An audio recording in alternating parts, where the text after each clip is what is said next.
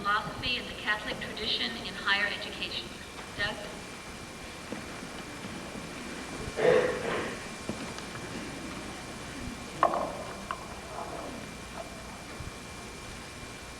In the beginning was the Word, and the Word was with God, and the Word was God. The same was in the beginning with God. All things were made by him, and without him was not anything made that was made. In him was life, and the life was the light of the world. And the light shineth in darkness, and the darkness comprehended it not. These are the mysterious and beautiful words that open the book of John and mark the original source of our community's deepest identity. John continues, "And the Word was made flesh and dwelt among us, full of grace and truth." This is the Incarnate Word, the Redeemer, the source of truth, of compassion, of justice, hope, and peace. And it is the beacon light that guides all of our various attempts to live the distinctively Catholic mission we are celebrating today. My name is Doug Gilmour, and I'm neither a biblical scholar nor a Catholic, but simply a student of philosophy who has had what I consider the good fortune of teaching in Catholic schools ever since I began my career 7 years ago. Experiencing and sharing the Catholic tradition over these years, especially in philosophy, has given me a deep appreciation and respect for the mission we all share at the college. And in many ways, it has served to reinforce and even enhance my identity as a philosopher. That is, as a person who does not possess, but who loves and actively pursues wisdom. I think there are 3 general reasons why I eventually became a philosopher, and each finds its origin in 3 general types of experiences I think all of us share as human beings. For me, it was first of all a perhaps unusually acute wonder about the universe. When I was 11 years old, I built a telescope with a friend, a rather large telescope as far as 11-year-old engineers go, and we shared many, many nights viewing the wonders of the heavens, the mountains on the moon, the majestic rings of Saturn, distant galaxies, nebulas, and star clusters. At first, the beauty and the immensity of these sights did violence to my imagination. But I became eventually struck by an odd feeling of how strange and amazing it was that despite my insignificance, indeed almost invisibility in the midst of this vastness, I was nevertheless a witness and a knower, a being possessed of an almost fearful imagination, a being possessed by wonder. This experience instilled in me an intense desire to learn more about the universe, so I bought a good microscope and had the same set of experiences in reverse. Everywhere, it seemed, there was more to imagine, more to learn, more to discover. Everywhere there were truths to be uncovered, no matter how minuscule or enormous. And it was this sense of the inexhaustible variety and accessibility of knowledge that initially captivated me as a youth. The next experience I had was rather unfortunate. I fell in love. And I experienced all the wonderful contagions of this uncanny human emotion. I felt sick and elated, full of desire and dread, almost faint with anticipation, and everywhere ready for remorse. I read Ovid and Catullus, John Donne and Shakespeare, E.E. Cummings and Dylan Thomas. I wrote my own poetry and fasted. I rehearsed witty lines and began to worry about my hair. It didn't work out. She fell in love with the captain of the basketball team, and I bought more slides for my microscope. What I gained from the experience, though, was an immense deepening, a wonderful sense of the alternate joys and sorrows that only an open heart makes possible, and of how bright and beautiful desire can be when lit by the full moon of imagination. The third and final experience I had may seem sadder and less auspicious than these first 2, but it actually embraces them both in a very mysterious way.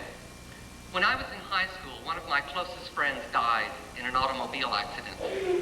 I had only experienced death from a distance until then, And when I was told of the accident, I was overtaken by all the multitude of incendiary emotions that accompany such tragedies.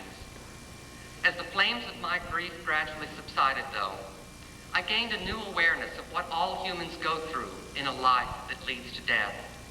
It's strange.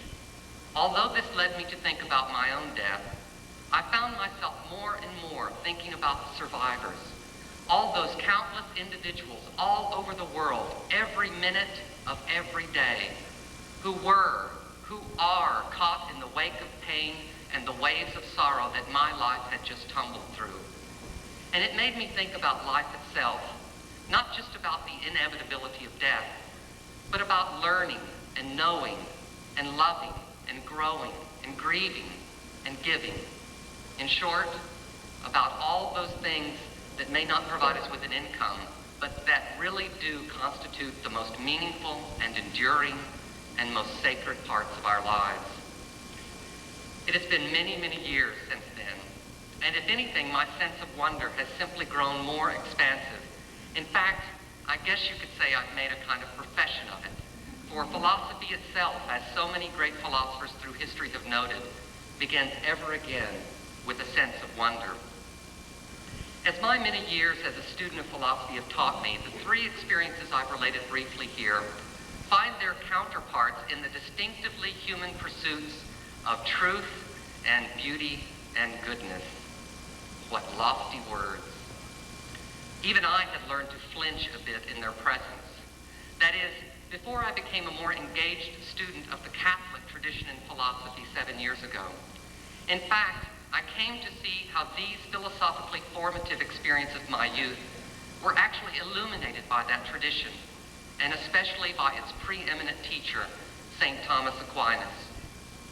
God, Aquinas taught, created all things and made them capable of being known.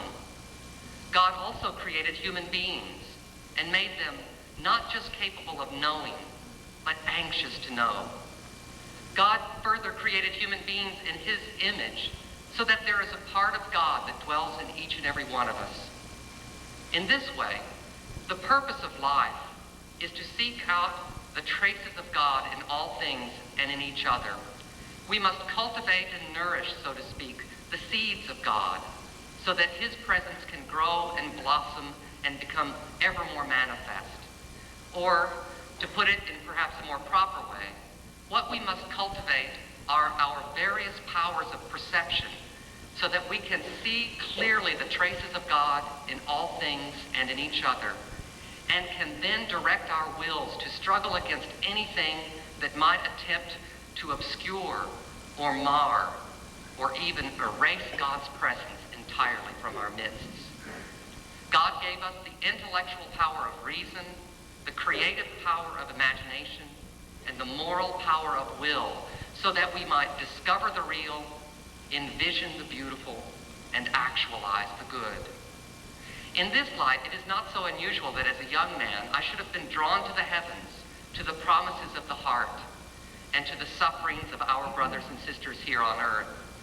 In fact, the teachers within the Christian tradition would suggest that to be so moved is simply to hearken to the callings of the human spirit as God has created it, that what makes us not just human, but children of God is our openness to what is real, our desire for what is beautiful, and our love of what is good. This is to me why the liberal arts constitute the heart and soul of our mission, and why we value science and history, art and language and literature, political science, religion, and philosophy. Each in its own unique way keeps us as closely attuned as possible to the traces of God in all things, to what is holy, and to what is therefore ultimately healing. I would guess that anyone with eyes and ears can sense the amount of healing we need in the world today. And recalling the mysterious words of Ecclesiastes that it is better to go into the house of mourning than into the house of mirth, I would like to leave you with a type of qualification and warning. While I believe philosophy in general, and specifically the Catholic tradition in philosophy, can serve to foster a rich sense of our mission's purpose, it can do so only by acknowledging the the mystery of Christ and his suffering.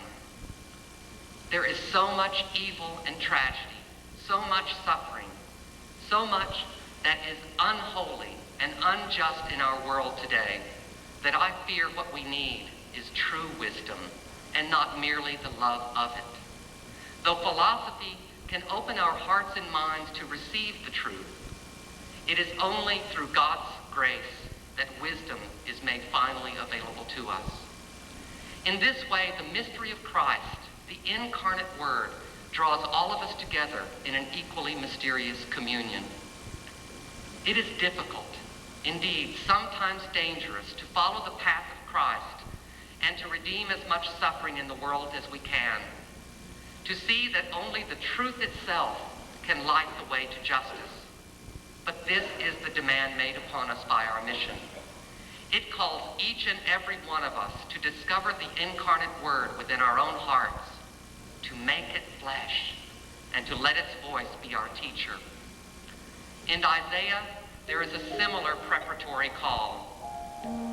And though the Lord give you the bread of adversity and the water of affliction, yet thy teachers shall not be removed into a corner anymore, but thine eyes shall see thy teachers, and thine ears shall hear a word behind thee saying, this is the way, walk ye in it. Praise be the incarnate Word.